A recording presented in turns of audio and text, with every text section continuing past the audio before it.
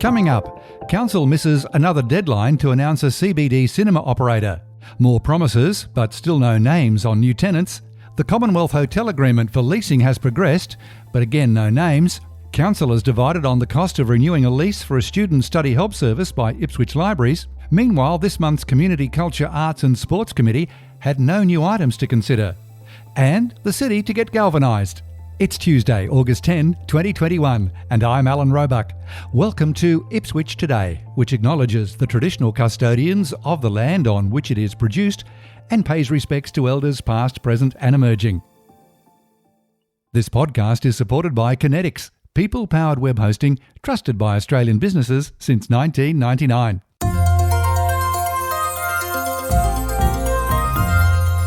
Ipswich City Council held its August round of committee meetings on August 5 during a lockdown.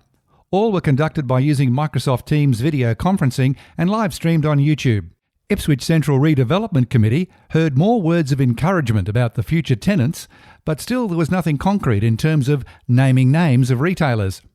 Here's Councillor Marnie Doyle on the state of leases. In our report, I can see in relation to the leasing status summary, there's a couple of changes from last month. The most notable being that we have, it looks like our first lease executed, but given that we are once again in lockdown, it almost seems like one step forward and a few steps back. Chair of the Retail Sub-Project Committee, James Hepburn, painted a rosy picture, but still won't reveal any names. Firstly, fantastic news. The lease that has been executed is for a tenancy within the Eats building, which is the first phase of the retail development that we're progressing. That essentially leads it for a handover to the tenant later in September, early October, with an opening before year end, ideally around end of October, early November. But in relation to the recent COVID issues, I think we're having to generally track day to day what the handover to the tenant looks like and how they might resource a shop fit out team to get into Ipswich and into the unit to deliver their shop. As it stands, because of the commercial in confidence, we're unable to say who that tenant is right now, but we hope to be able to announce that in the not so distant future, along with a couple of other exciting deals that are progressing. So unfortunately, it's a bit of a watch this space as the world around us evolves. But all in all, I would say it is good news that Ipswich is attracting some really good quality tenants and that we've managed to secure our first agreement for lease.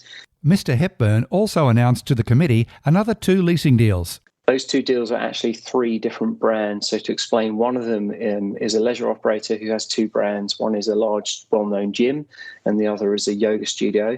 Those will sit above the Eats building, which is fantastic news. And the second operator is a retail services operator, known reasonably well locally and also a great national brand, and they will be moving into the Metro B building. So all in all, we're reporting good progress, I think, on the general retail leasing. Councillor Marnie Doyle. Just confirmation for residents that might be visiting the Nicholas Street precinct and can see construction going on. If you are heading down the Nicholas Street precinct from Brisbane Street, on the left, the construction there is Eats, is that correct? And then further down on the right is our Metro B building under construction. Yes, indeed it is. And they are very much our development, delivery, construction names. I suspect as we move forwards, as you were walking down on the left-hand side, those properties will just fall into the Nicholas Street precinct naming, and then will be known as their numbering and the brand that sits within that property. Mm-hmm. The Metro element, again, is broken into 2. Metros A and B is the phase that we're delivering, which essentially faces onto the Union Place and the Commonwealth Hotel.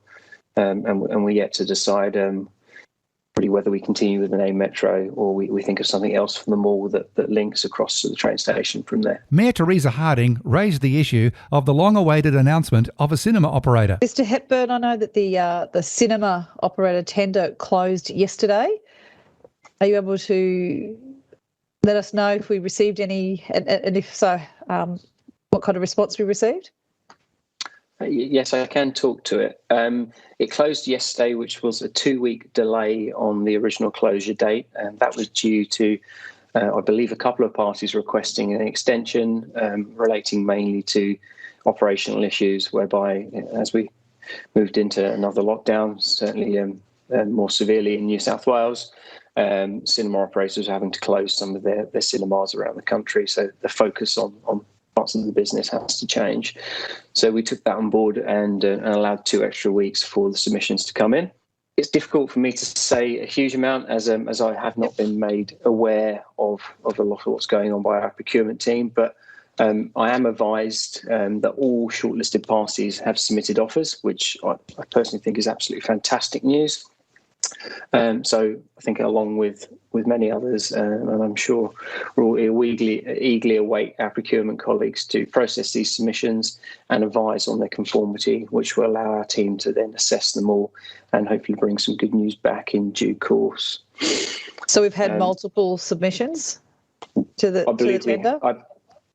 I believe we've had, certainly had multiple submissions, and that is that all parties that had entered through the RI stage, I believe, have provided a submission of one form or another. Discussion then moved to leasing the restored Commonwealth Hotel in Union Place.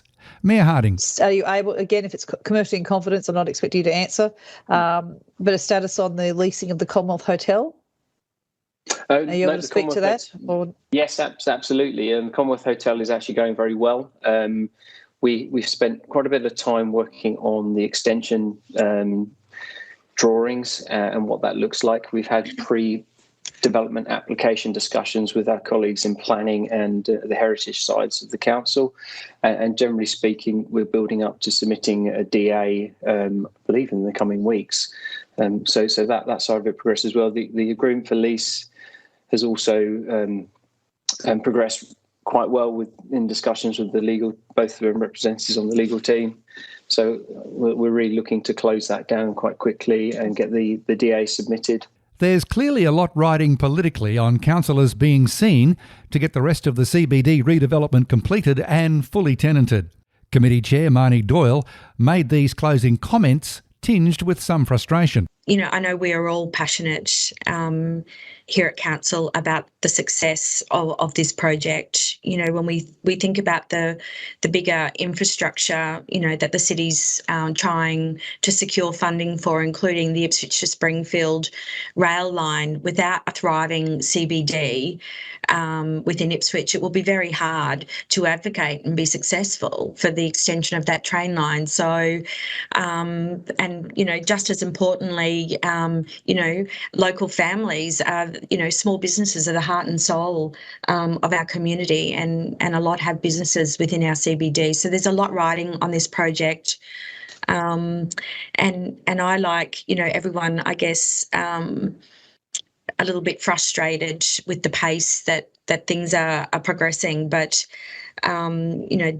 this is a very difficult economic environment that we're in at the moment, and the market keeps shifting in relation to negotiations with prospective tenants as to who's got the bargaining power and what the expectations are around capital incentives, for instance. So it is a constant moving feast, and I applaud our team for staying on track and securing prospective tenants.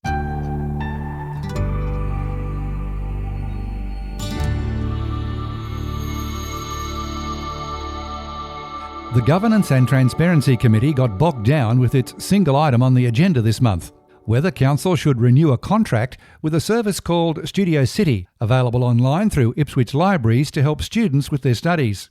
The decline in use of this service had some councillors questioning its value for money. Mayor Harding. What is the best service we can provide these students and noting the fact that it is $33,000 a year. You know, in the midst of a COVID lockdown, we need to look for solutions that are value for money.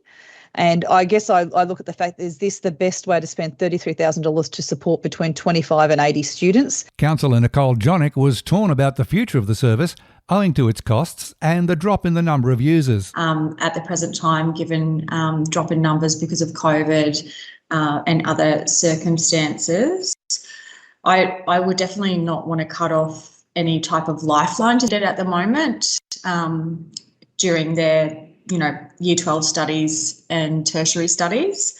So I would generally, support extending this for another year to assess it with some additional figures based on the next 12 months. Councillors decided to defer a decision on renewing the Studio City contract pending more detailed information before the next ordinary council meeting to be held on August 19.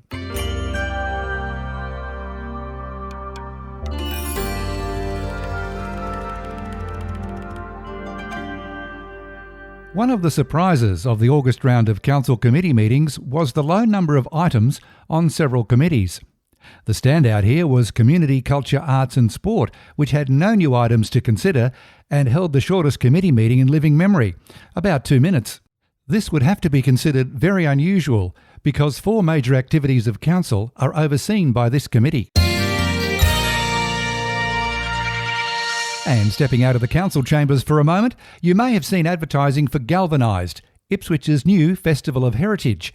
It will showcase the best heritage experiences and events Ipswich has to offer across 10 days, coming up from August 27 to September 5.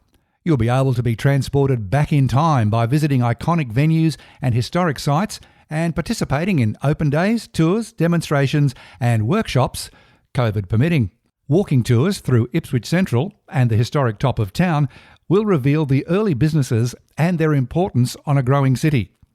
You can also discover more about lost department stores and corner stores of Ipswich past. Just go to ipswichfestivals.com.au for more information.